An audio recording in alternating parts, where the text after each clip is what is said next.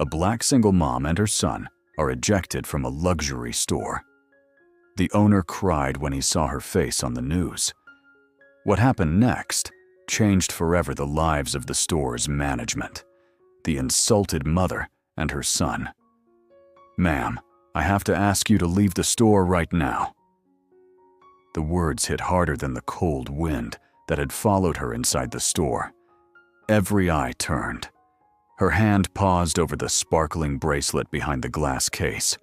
Her 8-year-old son, Malik, clutched her arm, sensing the sudden shift. "Excuse me?" she asked, voice low, steady. The manager's tone sharpened. "You've been lingering here for 10 minutes. Our merchandise is high-end. If you're not buying anything, you can browse elsewhere, just not here." Malik looked up. "But Mommy, you said—" She knelt quickly, brushing his hair back. "It's okay, baby. We're leaving." The security guard was already behind her. As they walked out, heads high, a woman laughed near the register. Someone whispered. She didn't hear the words, but she knew that tone. The overhead lights buzzed faintly, casting a pale glow across the hospital corridors. It was 3:14 a.m. when Angela Brooks glanced at the wall clock near the nurses' station. The hands of time seemed glued in place, mocking her exhaustion. Her scrubs, once a crisp navy blue at the start of her shift, were now wrinkled, stained, and clinging to her skin with the weight of 12 relentless hours. She leaned against the counter for just a second, just long enough to let the ache in her lower back catch up with her, but not long enough for anyone to see it. There was no room for weakness here. Not in the ER. Not in life. Certainly not in hers. The fluorescent light flickered again. She blinked through it, focusing on her patient charts. The sounds of beeping monitors, distant intercom calls, and hurried footsteps echoed throughout the wing. Organized chaos. Room 312, post-surgery observation. Room 314, chest pains, possible cardiac arrest. Room 318, a young mother with postpartum hemorrhage. Angela breathed through her nose and exhaled slowly. There were still 3 more hours to go. Her shift wouldn't end until the first whispers of daylight cracked through the hospital blinds. "Brooks," a voice called. She turned. It was Darlene, another nurse, carrying 2 steaming cups of coffee. "Black, no sugar, just how you like it," Darlene said, offering one with a tired smile. Angela took it gratefully. "You're a saint." "Nope, just a fellow survivor." They both chuckled. It wasn't funny, but in that moment it was enough. Humor was a small rebellion against the mental weight of the job. "How's Malik?" Darlene asked, taking a sip of her own cup. "He's good, growing too fast. He asked me last night if we could get a dog. I told him the only pet we can afford right now is a goldfish, and even that's pushing it." "Girl, you're doing miracles already. He doesn't need a dog. He's got a superhero for a mom." Angela smiled, but it didn't quite reach her eyes. She was proud, yes, but tired in ways no amount of praise could undo. She took her coffee and started walking toward room 318, where the young mother had been admitted just before midnight. The woman was barely 22 and looked even younger. Her baby was in the NICU. Complications had separated them right after birth. Angela entered the room softly. The young mother, Kara, was staring at the ceiling, eyes rimmed red. "Couldn't sleep?" Angela asked gently. Kara shook her head. "It's too quiet. And when it's quiet, all I do is think." Angela nodded, pulling up the chair beside her bed. "You want to talk about it?" "I don't know if I can do this," Kara whispered. "Be a single mom. Not like this. Not without help. I barely have anything." Angela reached over, resting her hand gently on hers. "You don't need to have everything. You just need to keep showing up. That baby already has what matters. A loving mom who's trying." Kara let a tear fall down her cheek.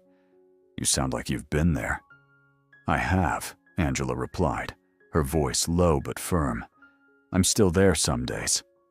She didn't share all the details, how she was only 19 when Malik was born, how she'd worked 2 jobs while finishing her LPN training, how she'd cried on bathroom floors and eaten cold ramen while rocking a feverish toddler.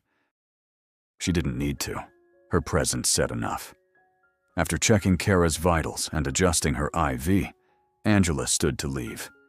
Kara looked at her with quiet gratitude. "Thank you for talking to me like a person, not like a patient." Angela smiled. "That's easy. You are a person." By the time she made it back to the nurse's station, it was 4:02 a.m. Darlene had gone on break. A young intern was scribbling notes nervously. Someone was snoring faintly in the waiting area, curled under a thin blanket of exhaustion and fluorescent light. Angela looked at the computer screen. A new patient had just come in. Male, 78, shortness of breath, history of congestive heart failure, assigned to room 311. "Here we go again," she whispered to herself and headed down the hallway. When she entered the room, she paused. The man was propped up, glaring toward the doorway with an expression that could curdle milk. "Who are you?" he snapped. "Nurse Brooks," she said, unfazed. "I'll be taking care of you tonight." "I don't need taking care of. I just need oxygen and sleep." "Well," she replied calmly. "Lucky for you, I'm good at providing both." He looked at her for a long moment, as if weighing whether she was worth the argument. Then, he settled back against the pillow with a grunt. Angela moved to check his vitals, noting his elevated heart rate and erratic breathing patterns. His name was Henry Rourke, wealthy, judging by the designer watch peeking from beneath his hospital gown. He didn't talk much, but Angela noticed something in his silence, which she had seen many times before. It wasn't arrogance. It was loneliness masquerading as pride. By the time her shift ended at 7 a.m., the sun had begun to push its way through the billowy clouds, casting long rays through the large paned windows of the ER. Angela grabbed her coat and clocked out. Another night survived. Outside, the city was waking up. Angela boarded the early bus back home, hoping Malik was still asleep so she could at least catch an hour's rest before getting him ready for school. She glanced out the bus window, watching the streets blur by. No one clapped for her, no medals, no applause, just the quiet dignity of doing the job and doing it well, even if the world never noticed. Not yet. Angela turned the key and stepped into the apartment, the heavy door clicking shut behind her with a tired finality. The scent of lavender from the plug-in air freshener barely masked the faint undertone of fried food and old carpet, a combination she was too tired to care about anymore. She slipped off her white, lightweight, slip-resistant nursing shoes, kicked them under the tiny entryway bench, and tiptoed across the living room. The space was small, but neatly kept. The couch sagged in the middle, the coffee table bore faded water rings, and a pile of mail lay unopened on the kitchen counter. But none of that mattered right now. Angela's eyes were already fixed on the bedroom door. She cracked it open and smiled. Malik was curled up under a dinosaur blanket, one leg thrown over the edge, as if in a mid-dream adventure. His nightlight, a soft blue rocket ship, glowed dimly beside his bed. She moved quietly to the side of the bed, kissing him on his forehead. He stirred, but didn't wake. "My sweet boy," she whispered. Every sleepless night, every aching joint, every rude patient, every long shift, it all melted into meaning when she saw him like this. Peaceful, safe, innocent. She sat on the edge of the bed for a moment longer, watching him breathe, grounding herself in his rhythm. Then she stood, stretched, and made her way into the tiny kitchen to pour herself a glass of water. The clock on the microwave blinked 7:40 a.m. She had exactly 45 minutes before Malik's alarm would go off. Enough time for a shower. Maybe. Angela stripped off her scrubs, tossing them into the overflowing hamper. The hot water felt like salvation on her back. She leaned against the tiled wall, letting the steam loosen muscles that had been stiff since midnight. As tired as she was, her mind spun restlessly. Bills were due. Rent was behind again. Malik needed new shoes. And his class trip forms, she still hadn't signed them. But despite the mounting weight of life, a small corner of her mind drifted to something different. That bracelet, the one she had seen online months ago. A slender platinum band with a single sapphire in the center. Simple, elegant, timeless. It wasn't just jewelry. It represented something bigger, a reward, a milestone. She had told herself that when she got her RN certification and landed a stable position, she would buy that bracelet as a reminder that she survived, that she made it. Angela stepped out of the shower and wrapped herself in a towel. She wiped the fog from the mirror and studied her reflection. Tired eyes, strong jaw, faint lines from stress and sleep deprivation, but also strength, resilience. She dressed quickly in leggings and a hoodie, just as Malik's alarm went off, chirping a cheerful tune. Seconds later, a sleepy voice called out, "Mom?" "I'm here, baby," she said, stepping into his room. Malik sat up, rubbing his eyes. "You home already?" "Yep. Finished my shift and came straight home. How'd you sleep?" "Okay. I had a dream about space pirates. They were stealing stars from a distant galaxy." Angela chuckled. "Well, we can't let that happen. The stars are ours." He grinned, then grew serious. "Mommy, can I ask something?" "Of course. Do you think we'll ever have a house with a backyard? Like the one I drew with the big tree in it?" She paused. The question hit her harder than expected. "I hope so, baby. That's the goal. But even if we don't, we'll always have each other. And that's the most important part." Malik nodded solemnly, then perked up again. "Can we get a dog when we get the backyard?" Angela laughed. "You never give up, do you?" "Dogs are cool, and I'd name him Rocket." "Well, if we ever get that backyard, Rocket will be the first to know." They shared breakfast, cereal and toast, and Angela packed his lunch while Malik tried to balance a spoon on his nose. They danced around each other in the small kitchen, bumping hips and giggling. Angela watched him with quiet pride. Malik was everything good in her life, condensed into one small, determined human being. He was smart, curious, and kind-hearted. And she was doing everything in her power to make sure he never felt the instability of their world the way she did growing up. "Mommy," he said suddenly, "remember the bracelet you told me about?" "The one you liked?" Angela blinked. "Yeah, why? Are you still gonna get it one day?" She hesitated, her fingers pausing mid-sandwich wrap. "Maybe. One day, when we're in a better place. It's kind of like a reward for me, like a trophy." "I think you already deserve it," he said simply, then ran off to grab his backpack. Angela stood still for a moment, his words echoing in her chest. "I think you already deserve it." Her eyes burned with unshed tears, but she blinked them away. "Okay," she whispered. "Let's go conquer the world." They walked to the bus stop together.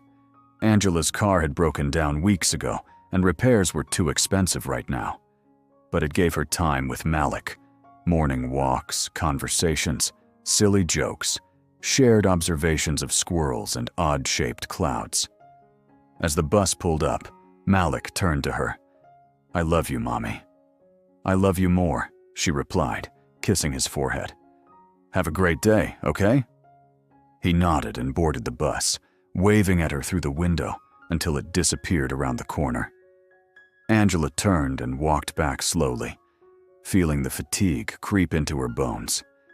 She needed sleep, but more than that, she needed hope.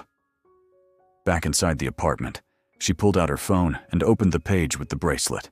It was still there. Still beautiful. Still unreachable. But maybe, just maybe, not forever. She closed the browser and opened her study app. 2 more chapters in her nursing textbook. If she could push through them today, she'd stay on track.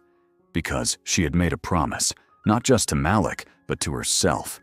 She would buy that bracelet. She would build that life. She would get them that house with a backyard. And one day, Malik would look at her, not just as his superhero, but as a woman who fought for something better, and won. The following Saturday, the city was unusually quiet. The early morning rain had swept the streets clean, leaving a soft glisten on the pavement. Angela pulled her hood tighter around her face as she walked the final block toward the shopping district. She wasn't entirely sure what had compelled her to come here today. Maybe it was Malik's words still echoing in her heart. I think you already deserve it. Maybe it was the ache of her long week, the emotional toll of balancing work, studies, and motherhood. Or maybe she just needed to see it again, to remind herself that her dreams weren't foolish. Angela turned the corner and found herself face to face with the polished glass storefront of Rourke and Everly, the city's most exclusive jewelry boutique. Everything about it screamed luxury, from the black granite tiles at the entrance to the crisp gold lettering on the display window. Inside, delicate lights spotlighted the pieces like rare treasures. There it was. Nestled on a velvet cushion beneath the glass, surrounded by diamond earrings and glittering necklaces, sat the bracelet. It hadn't changed. Thin, elegant, a slender band of platinum with a single sapphire gleaming in the center. No excessive sparkle, just quiet beauty, just like she imagined her future. Simple, solid, radiant in its own way. Angela pressed her palm gently against the window, her breath fogging a small circle in the glass. For a moment, she let herself imagine it on her wrist. She pictured herself standing in her graduation gown, Malik in the front row, clapping wildly as her name was called. She imagined buying her first car again, moving into a home with more than 2 rooms, a place with a front porch, maybe even that backyard. "Can I help you?" The voice startled her. Angela turned and found herself facing a tall woman in a sleek black suit, a gold name tag pinned to her chest. Her tone was polite, but her smile didn't reach her eyes. Angela cleared her throat. "Just looking. I saw this bracelet online. Wanted to see it in person." The woman glanced at the bracelet, then back at Angela. There was a pause, just long enough for Angela to feel it. The evaluation, the quiet dismissal. "Well," the woman said tightly, "we don't allow window shopping for too long. Our store has private clients, and they appreciate discretion." Angela blinked. "I wasn't causing any trouble." "Of course not," the woman said with a brittle smile. "But if you're not planning to make a purchase, we kindly ask that you make room for other patrons." Angela's chest tightened. The implication was clear. She was being watched, judged. She looked down at her hoodie and jeans, suddenly aware of how out of place she must have seemed in front of this high-end jewelry store. She nodded slowly. "Understood." As she turned to leave, a small voice echoed in her mind. Malik's. "I think you already deserve it." She paused, her hand still on the doorframe, and turned back. "What's the bracelet called?" The saleswoman hesitated, as if surprised she hadn't already left. "It's the Sapphire Whisper. Designed in-house, limited edition."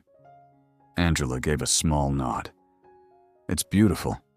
I'll be back for it someday." The woman's smile tightened again. "Of course." Angela walked away, her heart heavy with a mix of shame and defiance. She shouldn't have come. She should have known better. But as the cold air hit her face, she realized something else too. She wasn't leaving because she didn't belong there. She was leaving because she hadn't arrived yet. On the bus ride home, Angela sat by the window, her reflection barely visible in the fogged glass. Her thoughts tangled like wires, memories of past rejections, the struggle of holding herself together, the weight of constantly needing to prove her worth. She thought of her mother, a woman who worked 3 jobs to raise Angela and her siblings, who never once bought anything for herself that she didn't absolutely need. Her mother had worn hand-me-downs and old shoes until they fell apart, just to make sure her kids had enough to eat. Angela admired her strength, but she also remembered the sadness in her mother's eyes. The way she had accepted that luxury, even comfort, was not meant for women like her. Angela had vowed to herself that she wouldn't inherit that sadness. She was going to break the cycle. Back home, Malik was building a Lego spaceship at the kitchen table. "Did you go to the store?" he asked brightly. Angela nodded. "Yeah, I saw the bracelet." His eyes widened. "Did you buy it?" She smiled gently. "Not yet." "Why not?" "Because right now, we need groceries more than we need jewelry." Malik considered that, then nodded solemnly. "Okay, but you're still gonna get it, right?"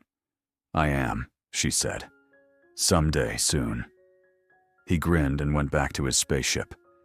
Angela watched him for a moment, marveling at how easily children accepted reality while still believing in magic. That night, after Malik was asleep, she opened her laptop and searched for part-time nursing programs. The online RN to BSN bridge course she'd been eyeing for months had reopened enrollment. She didn't have the full tuition yet, but the down payment was manageable. She clicked Apply. A message flashed across the screen. Application submitted successfully. Angela leaned back in her chair. The road ahead would still be hard. She would still have to juggle night shifts, school, and parenting. But today had reminded her that dreams weren't just ideas. They were fuel for a future yet to unfold. They gave her something to chase. Her phone buzzed. A message from Darlene. "Double shift tomorrow. You in? Overtime pay." Angela stared at the screen. Her legs ached just thinking about it. But then she looked over at the drawing Malik had taped to the fridge. A sketch of a house with a backyard and a woman wearing a sparkling bracelet. She smiled and typed back, "I'm in." And just like that, the climb continued, not out of desperation, but out of purpose. The following Tuesday was brighter than usual, the early sun casting long golden streaks across the sidewalk as Angela stepped off the bus. Her hair was pulled back neatly, and she wore a soft navy blue blouse, ironed just that morning, paired with her nicest pair of black slacks. Malik had insisted she wear her fancy grown-up clothes today, and she hadn't argued. Maybe today, she thought, was meant to feel different. She had gotten up early, much earlier than usual, to make sure Malik had everything packed for school. Lunch, water bottle, library books, the permission slip for Friday's field trip. She'd braided his hair while he chatted about how his math test went yesterday. As they walked out the door, he whispered to his mom again, "Don't forget, you already deserve it." The words lingered with her as they made their way downtown. Angela had finally decided. She wasn't going to just look through the glass. She was going to walk into Rourke and Everly, not to buy anything, not yet, but to speak to someone, maybe ask about payment plans, or at the very least, get to try on the bracelet. She wanted to see what her future felt like against her skin. The streets were already bustling with energy. Women in blazers sipped lattes. Men in tailored suits checked their watches. Valets jogged to cars. Angela kept her head high, her heart fluttering with a mixture of nerves and excitement, as she held Malik's hand while they journeyed on the sidewalk. They passed store after store, boutiques, cafes, perfumeries, before stopping in front of the glass doors of Rourke and Everly. The same velvet displays greeted them inside. The lighting was soft and warm, designed to flatter. Angela and Malik stepped in slowly, feeling the plush carpet absorb the sound of their footsteps. There were only 2 other customers inside, both browsing under the guidance of sharply dressed attendants. A tall man in a slim gray suit glanced at her briefly, then returned his attention to the elderly woman, admiring a strand of pearls. Angela and her son moved closer to the bracelet's case. There it was again, the sapphire whisper. It looked even more exquisite in person than through the glass. She didn't reach out to touch it. Not yet. She waited patiently, glancing around to catch someone's attention. After a minute, a sales associate walked past them without acknowledgement. Then another. Angela's posture stiffened. She cleared her throat softly and stepped slightly closer to the display. Still nothing. Finally, a woman approached. Slim, pale-skinned, with her blonde hair tied in a high, slick ponytail. Her name tag read, Cynthia. Yes? Cynthia asked curtly. Angela hesitated. Hi. I was wondering if I could take a closer look at this bracelet here. The sapphire whisper? Cynthia's eyes swept over Angela's outfit like a scanner, not a trace of warmth in her gaze. That's a very high-end piece, she said. Angela nodded, forcing a polite smile. I know, I've been saving up. Just wanted to ask a few questions. Cynthia pursed her lips. Are you planning to purchase it today?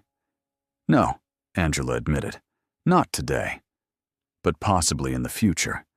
I'm interested in understanding the details, maybe seeing if there's a financing plan. There was a beat of silence. Cynthia gave a tight, humorless smile. Unfortunately, we don't allow casual browsing for items of this tier.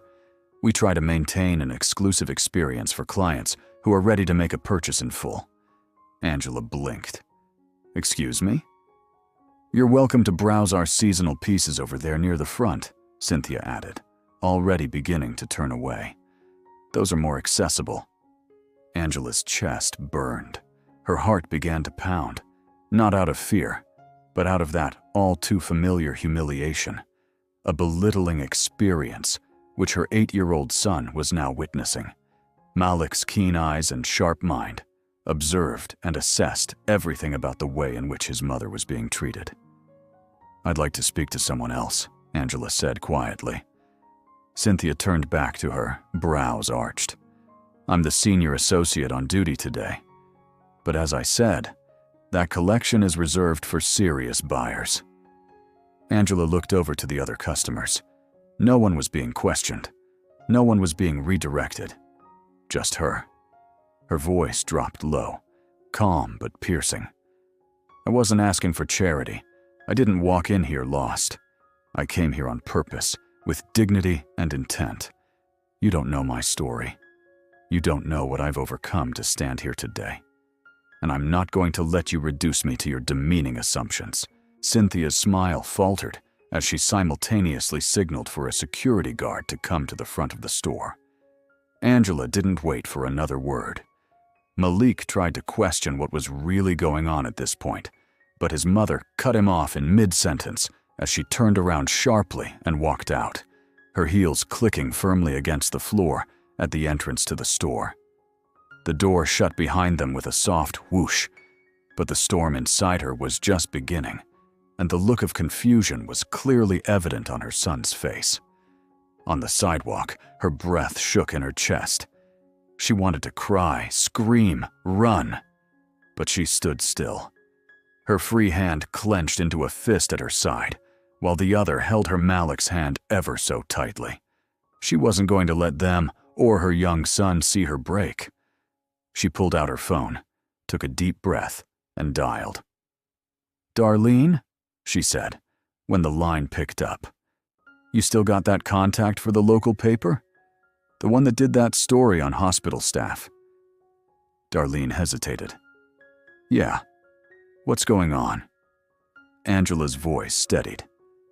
I think it's time people heard another story. One that's real. One that doesn't come with velvet ropes. As she walked Malik to his school, she told him that what had happened in the store should never be tolerated by anyone, regardless of their race or station in life. She kissed him goodbye, and then made her way back home. Back at home that evening, Angela spoke with Malik about their experience in the jewelry store that morning. She was careful in her choice of words. She didn't want to burden him with anger, but she wanted him to understand that silence never protected anyone, and that everyone has an obligation to stand up for their rights when the occasion warranted it. "They treated you bad, 'cause they thought you couldn't buy it?" Malik asked. "Something like that," Angela said, stroking his hair. "Sometimes people think they can tell who you are just by looking at you, but they can't. They don't know what we've built, what we've survived to be where we are in life." Malik frowned. "You're the best person I know. They're the ones who should be embarrassed." Angela laughed softly. "You always know just what to say." She didn't know what would come of it, whether her story would be heard or dismissed. But for once, she didn't feel powerless. She felt seen, by her son, by herself. Tomorrow, the fight would continue. But tonight, she sat beside Malik on the couch, their legs tangled, watching cartoons and eating macaroni and cheese. She didn't have a bracelet, but she had something far more valuable, a clear sense of who she was and who she refused to be. Angela had survived her double shift the next day without thinking of what had happened to her in the store the day prior. She didn't cry on the walk home from the bus stop. Her steps were slow and deliberate, her hands jammed deep into her coat pockets as the city hummed around her. Horns honking, buses braking, conversations spilling out of coffee shops. She didn't notice any of it. Her eyes stayed ahead, unfocused, her jaw tight. Every time her mind tried to replay the store scene, she shoved it aside. She wasn't ready to deal with it. It wasn't until she reached the corner by her building that the weight started to settle. The shame, the humiliation, the sheer unfairness of it all. It crept in like a wintry chill, slow and certain. Still, she kept walking. Inside the apartment, the lights were off. A thin band of late afternoon sunlight stretched across the floor. Malik wouldn't be home for another half hour. She had just enough time to fall apart. She dropped her bag by the door, kicked off her shoes, and walked straight to the bathroom. The light buzzed as it flickered on, casting a pale, unforgiving reflection in the mirror. Angela gripped the edge of the sink, her knuckles white. She stared at herself. And then, quietly, she broke. The tears came suddenly, hot, fast, blinding. She pressed a hand to her mouth to muffle the sob that escaped, as if, even in her solitude, she was afraid to be heard. Her knees buckled, and she sank to the cold bathroom floor. It wasn't just the way they treated her at the boutique. It was the accumulation of everything.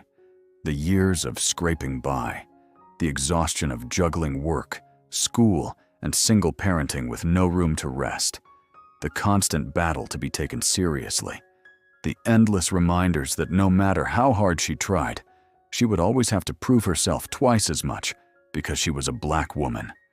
She cried for the shame she'd felt, for the dignity she'd tried to cling to in that store. She cried because she had walked in believing, even just for a second, that maybe today would be different, and had walked out feeling smaller than ever, under the watchful, confused gaze of her son. After what felt like an hour, her breathing finally slowed. Her tears had soaked the collar of her shirt. Her body ached with the weight of it all. She stood, splashed cold water on her face, and wiped it dry with a towel. In the mirror, her eyes were red and puffy, but there was something in her reflection she didn't expect. Steel. A quiet, simmering strength. Angela nodded once, to herself. Then she turned off the light and stepped back into the world. Malik came home bursting with energy, as usual. "We had PE today, and I won the relay. Ms. Patterson said I run like lightning." Angela smiled, grateful for the distraction. "I always said you had superpowers." They had dinner, boxed pasta, and steamed vegetables. And afterward, Malik did his reading, while Angela sat beside him, pretending to focus on her nursing textbook. But her thoughts kept drifting. She kept hearing Malik's voice in her head. They're the ones who should be embarrassed. He had said it with such confidence, such clarity. At 8 years old, he understood something many grown-ups hadn't yet learned. Dignity doesn't come from wealth, and worth isn't defined by how others treat you. Later that evening, after Malik went to bed, Angela sat on the couch with her laptop open. The apartment was quiet, save for the occasional creaking of the old pipes. She opened a new document and stared at the blinking cursor. Then she began to type. Not a complaint, not a rant, but a story. Her story. She wrote about the night shifts, the sacrifices, the joy of motherhood wrapped in exhaustion, the hope she felt when she saw that bracelet, the symbol of survival, and how quickly that hope had been shattered. She wrote about what it meant to be overlooked, undervalued, judged. She didn't name names. She didn't have to. The truth was its own weight. When she finished, she read it over 3 times. Each time it hit her harder. Then, with a trembling breath, she hit send to Darlene's journalist friend, the one who had interviewed the hospital staff last spring. The subject line simply read, "For every woman who's been made to feel small." The next day passed quietly. Angela worked a double shift at the hospital, barely stopping to eat. The constant movement helped. She could focus on patients, on medications, on charts and vitals, on anything except her thoughts. During her break, she checked her phone. One new message from the reporter. "Angela, this is powerful. I'd love to feature this story in our weekend edition. Would you be willing to talk more?" Angela stared at the screen, heartbeat quickening. She didn't respond right away. Instead, she thought of Malik again, of what he would think if he saw her standing up for herself, of what other women, nurses, mothers, daughters, might feel reading it. She typed back, "Yes, let's talk." That evening, after Malik was in bed, Angela sat out on the apartment balcony, wrapped in an old blanket. The air was cool, crisp, with the beginnings of spring. She watched the city breathe, lights flickering, cars passing, lives unfolding behind lit windows. She thought about all the women she had met at the hospital, the immigrant mother who worked 2 jobs and still brought her son to every doctor's appointment, the elderly woman who'd lost her husband but visited the ER every week just to sit near people, the young girl who gave up everything to take care of her siblings. Angela realized that her story wasn't just her own. It was part of a larger tapestry of what she considered as the feminine experience, a story of quiet strength. And maybe, just maybe, it was time the world heard it. By the end of the week, her story had been published. The headline wasn't sensational. It didn't name names, but it captured the heart of it. What dignity looks like. A nurse, a bracelet, and the right to dream. Angela read it 3 times before Malik came in with a bowl of popcorn. "What are you smiling at?" he asked, hopping onto the couch beside her. "Just reading something important," she replied. He glanced at her screen. "Is that you?" She nodded. "It is." Malik beamed. "Mommy, you're famous." Angela laughed. "Not famous, just finally being heard." They curled up together, sharing popcorn and warmth. Angela didn't know what would happen next, whether the store would ever respond, whether anyone would even care. But tonight, she wasn't crying on the bathroom floor. She was sitting tall, with her son at her side. And that, she realized, was more powerful than any bracelet. The Monday after her story ran, the hospital buzzed with an energy Angela hadn't expected. It wasn't loud or dramatic, but it was there. In the way a few of the nurses looked up from their charts when she passed, the slight nods from doctors who usually barely acknowledged her, the lingering glances that didn't carry judgment, but curiosity. Darlene cornered her in the break room before her shift started. "You didn't tell me it was going to be that powerful," she said, grinning over her cup of coffee. Angela smiled sheepishly. "I didn't know it would be anything. I just needed to say something." "Well, you said it. And people are reading. My sister texted me about it, and she doesn't even know you. Said it made her cry." Angela blinked, a little overwhelmed. It was just my story. Just the truth. "Exactly," Darlene said. "And truth is a spark." Angela tucked the words into her heart like a secret blessing and started her shift. Her day moved quickly. A fractured wrist in pediatrics, a senior with dehydration, and 2 back-to-back admissions from the trauma unit. Angela moved through the chaos with practiced calm. The pace didn't faze her. It was in these moments of urgency and purpose that she felt like her best self. She was writing her own story, one patient at a time. Late in the afternoon, just as she was heading to check charts before her short break, a nurse from triage flagged her down. "Room 311, elderly male, shortness of breath. Said he wants a quiet nurse who won't talk too much." Angela smirked. "So you thought of me?" "Thought of your calm demeanor, not your sass." Angela chuckled and took the chart. As she scanned the patient's name, she paused. Henry Rourke. The name rang a bell. She entered room 311 quietly. The room smelled of antiseptic and faint cologne. He was the same man she had cared for several nights before. In his late 70s, he sat propped up in the hospital bed, a nasal cannula feeding oxygen to him. This time around, she paid closer attention to him. He was lean, with a sharp nose and silver hair combed back. His eyes, pale blue and piercing, studied her as she entered. "Good afternoon, Mr. Rourke," she said, checking his chart again to avoid staring. He nodded, offering no greeting. "You're the nurse who dealt with me some days ago?" "I am. Angela Brooks. I'll be with you this evening." He said nothing, just kept watching her. Angela moved efficiently, checking his oxygen saturation, taking his vitals, reviewing the notes from intake. He remained still and silent. "You doing all right with the oxygen?" she asked, her tone professional but warm. "It's fine," he muttered. She nodded, making a few notes. "Hey, you're the woman from the newspaper," he said suddenly.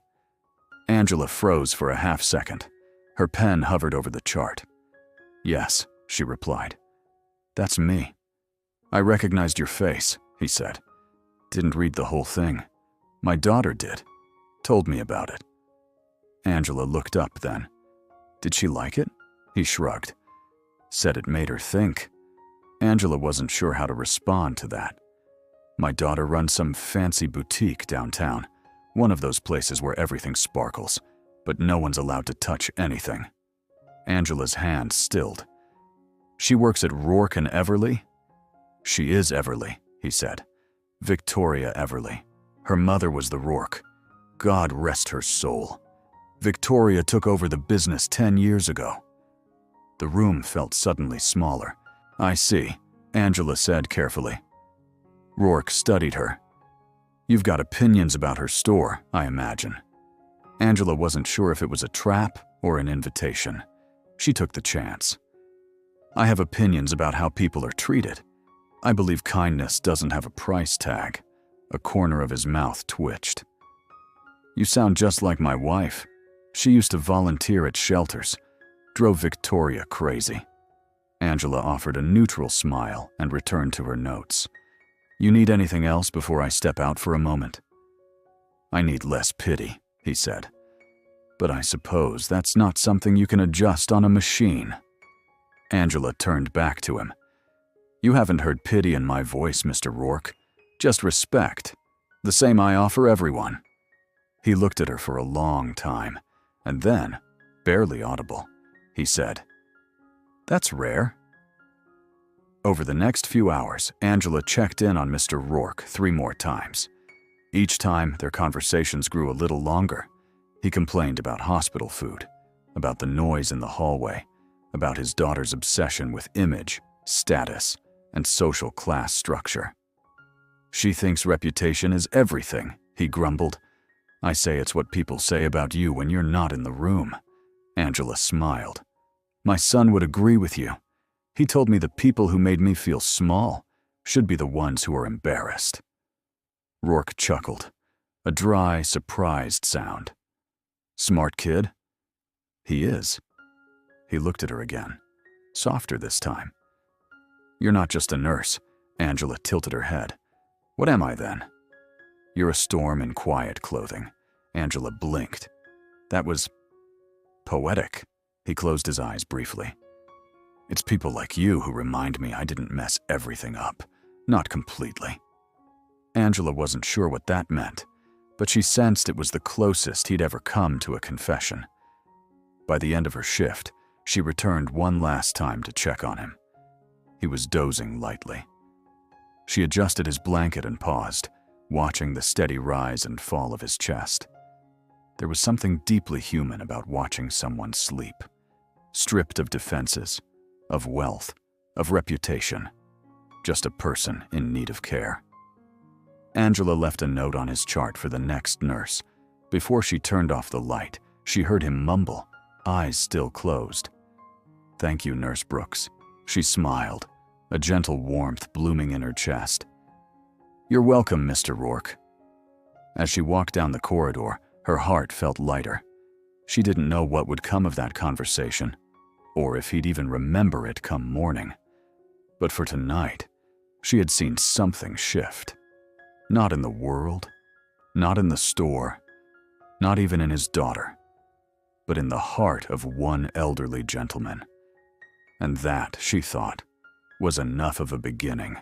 The following day, Angela arrived at the hospital an hour earlier than her scheduled shift. Her conversation with Mr. Rourke lingered with her, like the faint melody of a song that wouldn't fade. Something about his words, "You're a storm in quiet clothing," stayed with her. No one had ever described her like that before. There was power in the phrase, truth even. She changed into her scrubs, tied her hair back, and made her way to the nurse's station. She checked the overnight log for any updates on her patients from the previous shift. When she scanned room 311, her breath caught. "Rourke, Henry, status, critical. Oxygen level dropped overnight. Unresponsive at 6:17 a.m., stabilized at 7:03 a.m., under observation." Angela's stomach twisted into a giant knot. She grabbed the updated chart and headed straight for his room. Inside, Mr. Rourke looked smaller somehow. His color was pale, lips tinged slightly blue. The oxygen mask had replaced the nasal cannula, and his breathing was shallow and uneven. Machines hummed softly around him, recording vitals, beeping with quiet urgency. "Mr. Rourke," she said gently, placing her hand on his arm. No response. She looked at the monitors. His blood pressure was low, heart rate irregular. Angela adjusted his blanket and checked the IV drip. A nurse from the night shift poked her head in. "He's been like this since early this morning," she said. "Had a scare around 6, but the crash team brought him back. He hasn't been awake since." Angela nodded. "Thanks for letting me know." When the door closed behind the nurse, she pulled the visitor chair closer to his bed. She sat beside him, watching the rise and fall of his chest. "I guess you meant it when you said you didn't want anyone fussing over you," she said softly. "But that's not how it works here. You don't get to be invisible." She paused. "I wanted to tell you something I didn't yesterday. Maybe I didn't know how. Or maybe I didn't want to seem ungrateful, like I was waiting for something. But last night I did a little digging about your daughter, about the store." Angela looked down at her folded hands. "I visited that boutique 2 times. Twice. Each time I was judged, talked down to, treated like I was wasting their time. And I get it. Maybe they have rules. Maybe they think they're protecting some image. but I know what it feels like to be looked at. Like you just don't matter. Like you're nobody." She looked up at him again. His face remained still.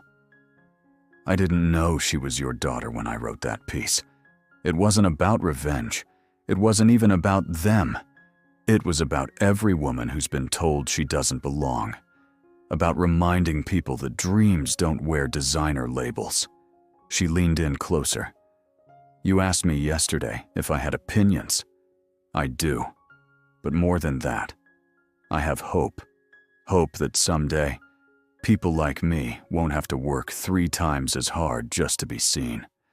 That our sons and daughters won't inherit this weight we carry." His hand twitched slightly. Angela stood and reached for a cool cloth to gently dab at his forehead. She moved with practiced care, not just as a nurse, but as someone who had learned that the smallest acts often spoke the loudest. She stayed with him for nearly an hour. Just before she stepped out, she turned back. "Rest, Mr. Rourke. You've got a lot more to say, and I'd like to hear it when you're ready." Angela returned during her lunch break. Mr. Rourke was still unconscious. The doctors had ordered more tests, and the ICU team was on standby. One of the attending physicians told her quietly, "His heart's weak. If it gives out again, we may not be able to bring him back." Angela nodded, absorbing the weight of it. Later that evening, she was charting notes when a call came through the intercom. "Code Blue, room 311. Angela dropped her pen. She ran. By the time she reached the room, the crash team was already there. A young doctor pressed the defibrillator paddles to Mr. Rourke's chest. "Clear!" His body jolted. The monitor beeped flat. "Again!" Angela stood at the back of the room, heart pounding, willing him to breathe, to come back, to stay. "Time of death, 6:41 p.m., the lead physician said quietly. The room fell into silence. Angela pressed a hand to her chest, not because she hadn't seen death before. She had. Too many times. But this one felt unfinished, like a chapter that had ended before the last page had been written. She waited until the room was clear. Then she stepped forward. She adjusted his blanket one last time, smoothed back his hair, and stood still for a long moment. "Goodbye, Mr. Rourke," she whispered. "Thank you for seeing me as a person." The next day was quiet. Angela moved through her shift with an invisible fog around her.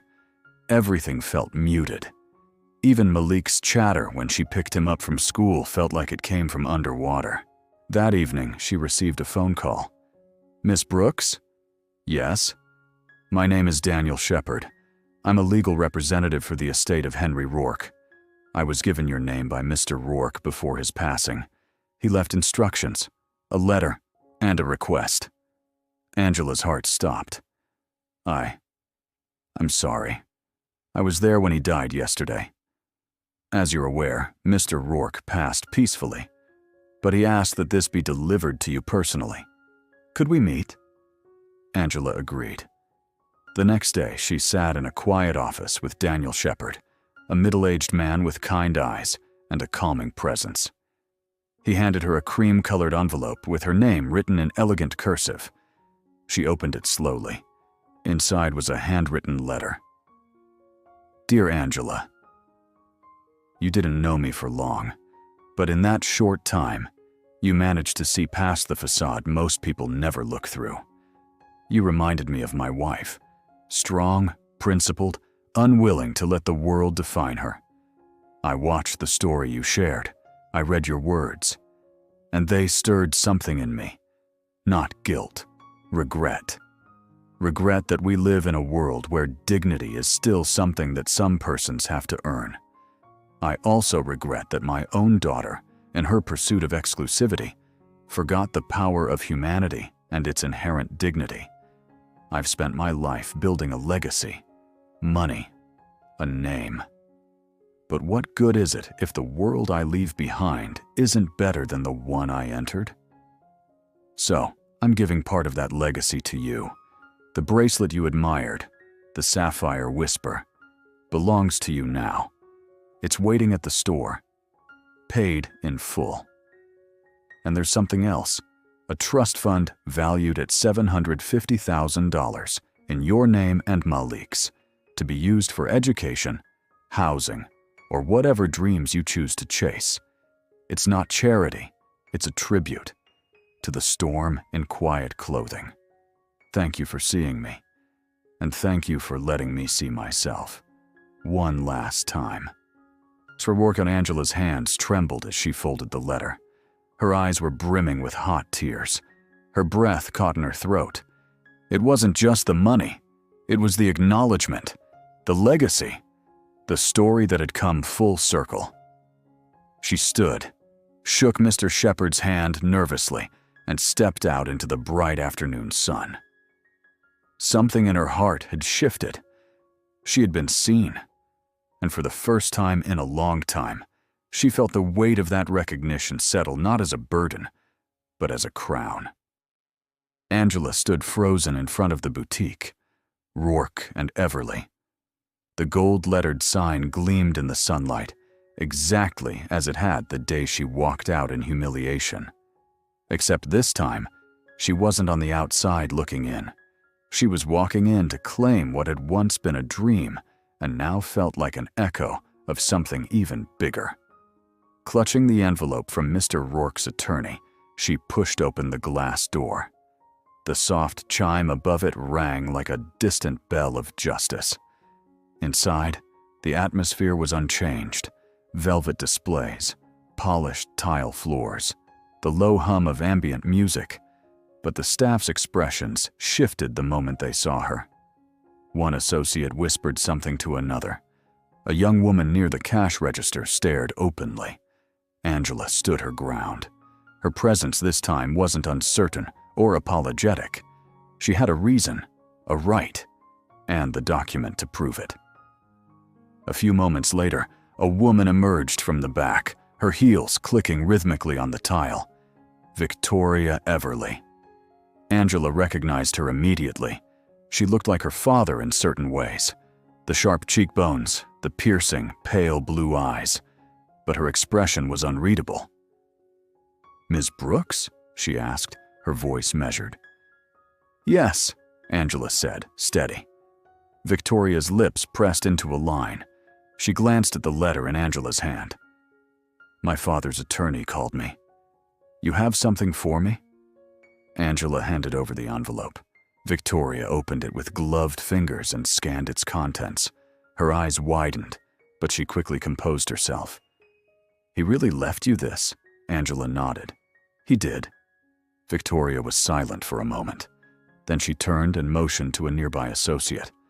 "Please bring out the sapphire whisper." The woman disappeared behind a locked case and returned moments later, carefully carrying a dark blue box. She placed it on the counter and opened it. There it was. Angela stepped forward. The bracelet gleamed like a river of light, the sapphire at its center catching the room's glow. She reached out, her fingers brushing the cool metal. "Would you like help putting it on?" the associate asked softly. Angela nodded. The clasp clicked shut with a sound that felt like punctuation, a period at the end of a long sentence of struggle, hope, and perseverance. Victoria cleared her throat. "My father never made sentimental decisions. If he left you this, and more, then he meant it. I apologize for how you were treated here. I wasn't aware of the incident at the time." Angela looked her in the eye. "But you are now." Victoria hesitated, then nodded. "Yes, and I'm taking corrective steps, staff retraining, policy reviews.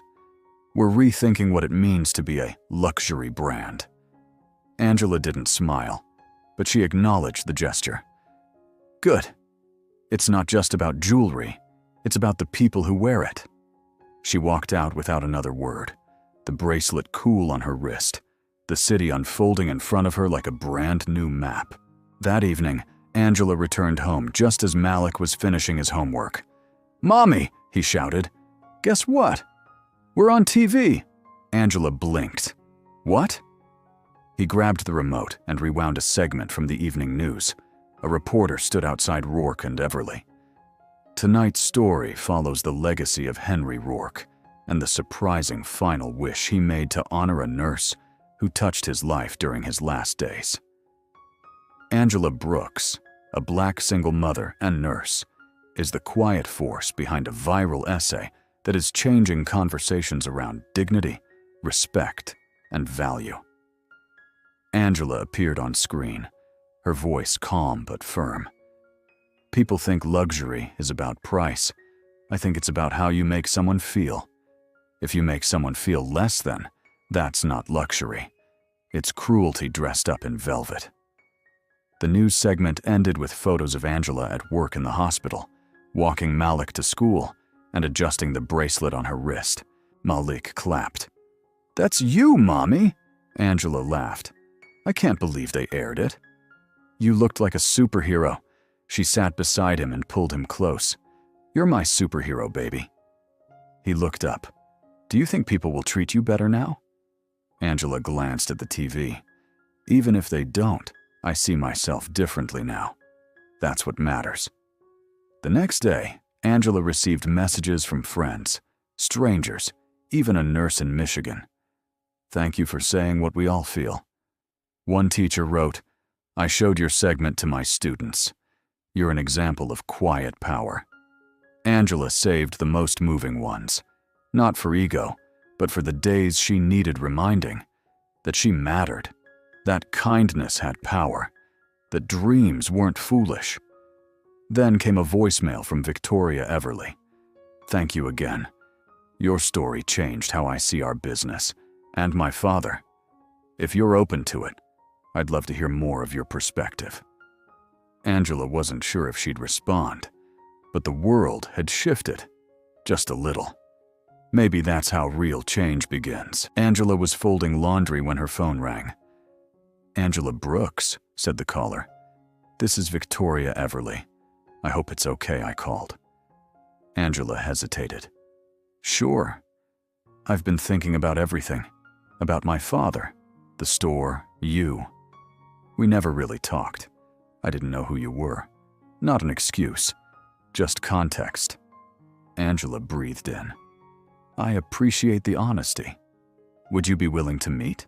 Somewhere neutral? I'd like to listen."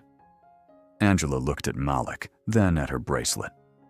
"All right," she said. "Let's meet." They met at a quiet cafe. Angela arrived early and was sipping on some chamomile tea as she stared out the window. Victoria arrived shortly afterwards, polished, but hesitant. "Thank you for coming," Angela nodded. "I won't give a speech," Victoria began. "Just want to be real. I was raised in a world where image is everything. I failed to see people. But when I read my father's letter—" "You moved him deeply," Angela said softly. "He saw people. Even through all his walls, he understood that true worth resides in how we treat each other." Victoria replied quickly, "That's why I'm starting something new. Outreach, mentorship, financial literacy for underserved women. I'd like your insight." Angela raised a brow. "You want me to help change the company that humiliated me?" "Yes," Victoria admitted. "Not as a consultant, as a partner. Your voice is one people listen to because of your lived experience," Angela considered. "I'll think about it. No charity, no marketing stunts. It has to be real." "Agreed," Victoria said. They shook hands, not just in agreement, but as the start of something fragile but true. Angela returned to Rourke and Everly, not with hesitation, but purpose. Inside, subtle changes greeted her. Local artisan displays, ethically sourced gems, and a sign: "Everyone deserves to shine." Victoria welcomed her warmly. "The initiative is called Purpose-Driven Legacy," she explained. "We want you to lead the advisory board. Paid, of course, and full creative input." Angela was firm. "No optics. This must be real." "It is," Victoria said. Angela agreed. Then let's get to work. They reviewed proposals. Angela pushed for authentic language, storytelling, and scholarships. Then a store associate entered with a tray, a handcrafted bracelet, engraved, "Storm in quiet clothing," the term Henry Rourke had used to describe Angela. Victoria smiled. "This is the first in a new line, inspired by women like you. It's yours." Angela graciously accepted the gift and slipped it on beside the sapphire whisper. She thought, legacy and future, side by side. After some initial planning meetings, Angela was back at work doing what she did best, professionally caring for others in need of love and compassion. The hospital had become more than a job. It was her training ground, her place of healing, and her classroom. But now, it was also the place where she carried new purpose, her eyes no longer just on patients' charts, but on the bigger picture. During her lunch break, Angela checked her phone and found an unexpected email from Victoria. A second letter plus a video from Mr. Rourke, which were found in his safety deposit box. In the video, he spoke gently. "Angela, if you're watching this, I'm gone. It also means that you should have already received both my gift and first letter. As I've told you before, you reminded me of my wife. She had your fire. You treated me like I still mattered. Legacy isn't wealth, it's who we lift. I was proud to leave something with you. You deserved it." Angela cried. Her heart was full. At home, when she had finished sharing her day's events with Malik, he said of Mr. Rourke, "He was like a secret angel for both of us, Mommy." Later, at a community event for purpose-driven legacy, Victoria gave Angela a velvet pouch. Inside, a ring, engraved, "Worth beyond measure." Angela wore it next to the bracelet. At the podium, she said, "Belonging isn't given, it's built. Kindness changes everything." Angela stood on stage at the launch of Purpose-Driven Legacy, her voice clear. "I used to believe I had to earn space in rooms like this. But I learned worth isn't proven, it's lived." The crowd listened, moved. Angela met with attendees afterward. Women, teens, elders. Each story affirmed her purpose. Later that evening, Angela and Malik walked through their old neighborhood, reflecting on how far they'd come. They would soon be moving into a more spacious and comfortable apartment that was just across the street from a large community park. They passed the old bus stop where they used to wait together, rain or shine, when they didn't have a car. They passed the thrift store where she once bought scrubs on clearance because that's all she could afford. The next morning, she drafted ideas for Phase 2 of Purpose-Driven Legacy. Scholarships for single moms in nursing school. Mentorship circles to meet quarterly. Microloans for women launching businesses. Storytelling submissions for a community magazine. She sipped coffee as light filled the room. Purpose pulsed steady within her. She read a thank you note. "You made me feel like I mattered." Angela pressed it to her heart. She underlined the words, then placed the note between the pages of her journal, closing the book. That evening, after they had eaten dinner and gotten ready to turn in for the night, Malik called out from the other room, "Can I sleep in your bed tonight, Mommy?" Angela smiled. "Of course, baby. Come on." He patted in, curling beside her. She wrapped her arms around him, kissed the top of his head and whispered, "We did it." He nodded sleepily. "We really did." Angela closed her eyes, and for the first time in a long, long while, she dreamed, not about what she had to overcome, but about what she had already begun. It was about finally acknowledging yourself. For years, she had worked, sacrificed, pushed forward without pause, just trying to get her head above water. Now, she wasn't just surviving. She was shaping tides for others. She wasn't anyone's charity case. She was their mirror. a reflection of what was possible when someone dared to believe their story was worth telling. She had gotten up briefly to turn off the kitchen light. She then slipped back into the bedroom and crawled under the covers beside Malik. He stirred, then nestled against her. "Did we win?" he murmured sleepily. Angela smiled, her heart bursting.